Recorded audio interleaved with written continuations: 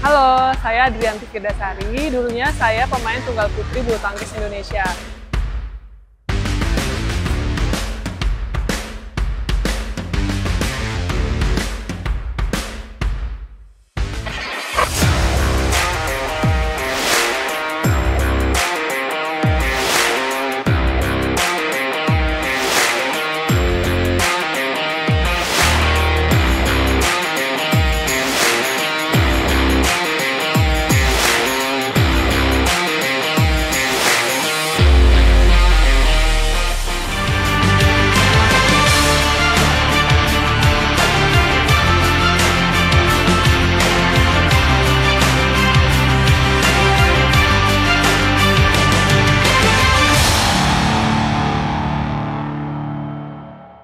Halo, saya Adrianti Firdasari. Dulunya saya pemain tunggal putri bulu tangkis Indonesia.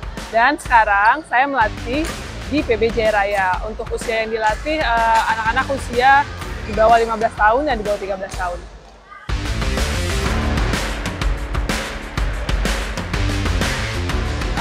Dari awal banget ya mulainya ya. Waktu itu memang saya awal mulai main bulu tangkis itu di umur 8 tahun. Karena waktu itu orang tua saya itu pelatih ya, papa itu pelatih. Terus waktu itu startnya tuh di Aceh sih, memang saya kebetulan saya dari Aceh. Saya startnya dari Aceh, tuh pertama di klub-klub di PB Arun, terus saya pindah karena memang mau serius main bulu tangkis, pindah ke Jakarta gitu. Nah, saya bergabung di PB Jaya Raya itu di akhir tahun 1999. Nah, bergabung di PB Jaya Raya dan pada tahun 2002 itu saya masuk pelatnas. Di pelatnas selama 13 tahun sampai tahun 2015. 2015 saya balik lagi ke PB Jaya Raya gitu, coba main profesional sampai 2015 itu saya pensiun.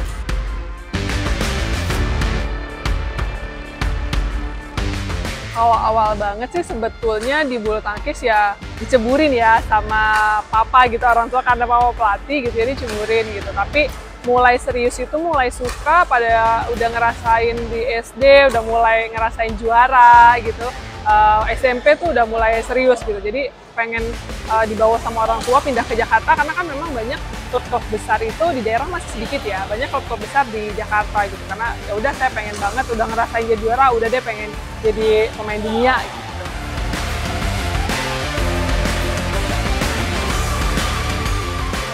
Kalau dulu sih saya waktu pas jadi pemain role modelnya itu di pemain Indonesia tunggal putrinya adalah Susi Santi gitu. Karena saya juga banyak dengar sih cerita tentang Susi itu, orangnya dia kerja keras banget gitu, serius dia pelatihan gitu, dan dia kemarin kan satu-satunya tunggal putri yang sampai saat ini juara Olimpiade dari Indonesia.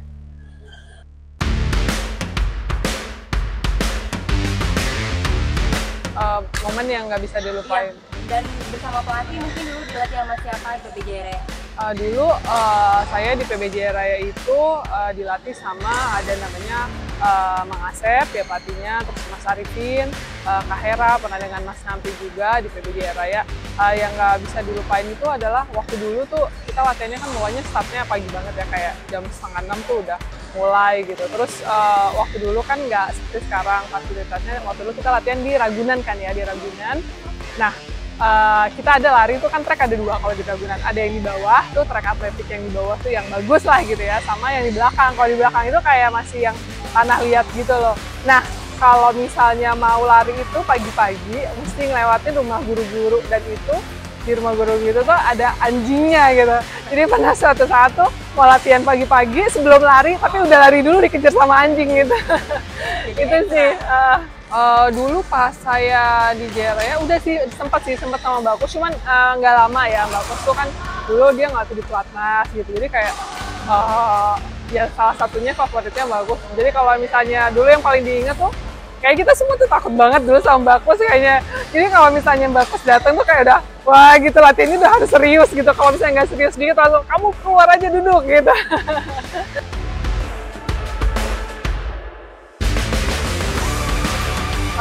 Yang paling ingat adalah misalnya disiplin, salah satunya disiplin. Sampai sekarang sih anak-anak saya juga kalau latihan tuh benar-benar harus tepat waktu, disiplin. Kalau nggak disiplin ya udah cukup gitu kan.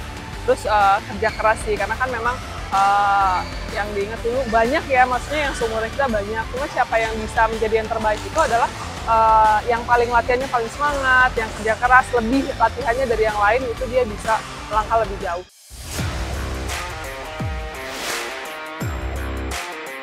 Memang aku di Pilates kan lumayan ya, agak lama gitu kan, 13 tahun. Tapi memang kalau ditanya sampai sekarang tuh pertandingan apa gitu yang nggak dilupain tuh sama orang, pasti jawabnya tuh kalau buat aku sih Uber Cup 2008 di Indonesia.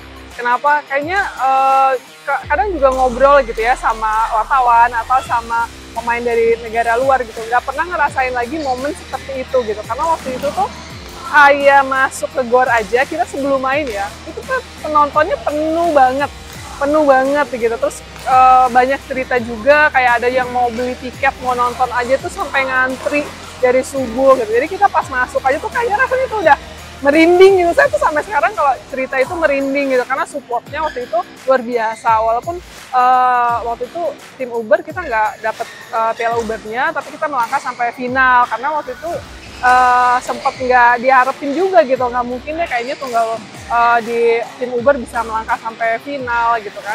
Tapi ternyata kita bisa karena support dari penontonnya tuh luar biasa. Itu sih yang paling memotivasi. Jadi kayak atmosfer suasananya itu yang nggak pernah saya dapat di pertandingan manapun.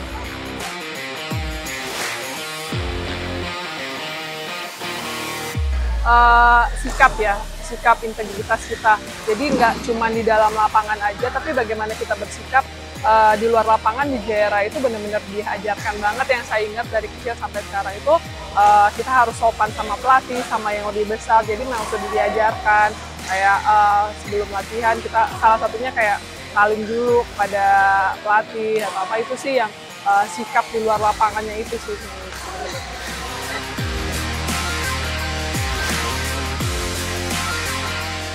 Waktu itu sih sempat ditawarin kan sama Cimelda. Memang waktu masih main udah ditawarin sih untuk bantu ngelatih di PB Jaya Raya gitu. Sempat kayak ngerasa bisa nggak ya gitu jadi pelatih, karena kan memang belum ada pengalaman sama sekali. Waktu itu benar-benar baru selesai langsung ngelatih gitu. Cuman saya mikir lagi, ya udah memang passionnya kan di sini gitu.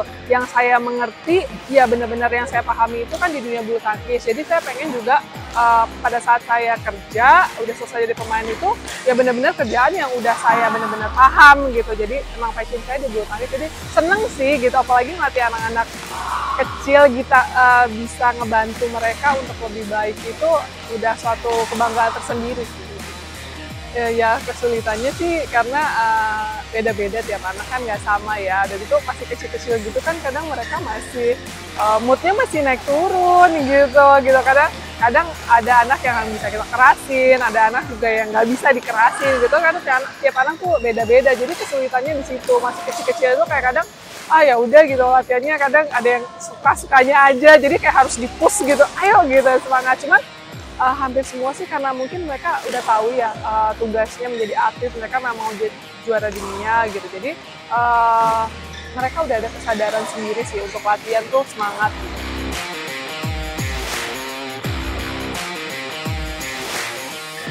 Harapannya sih pengennya ya, kan waktu dulu ada juara Olimpiade Tunggal Putri dari Jaya Raya, yaitu si Susi Susanti. Saya berharap suatu saat ada lagi Tunggal Putri dari Jaya Raya yang nongol yang bisa juara Olimpiade.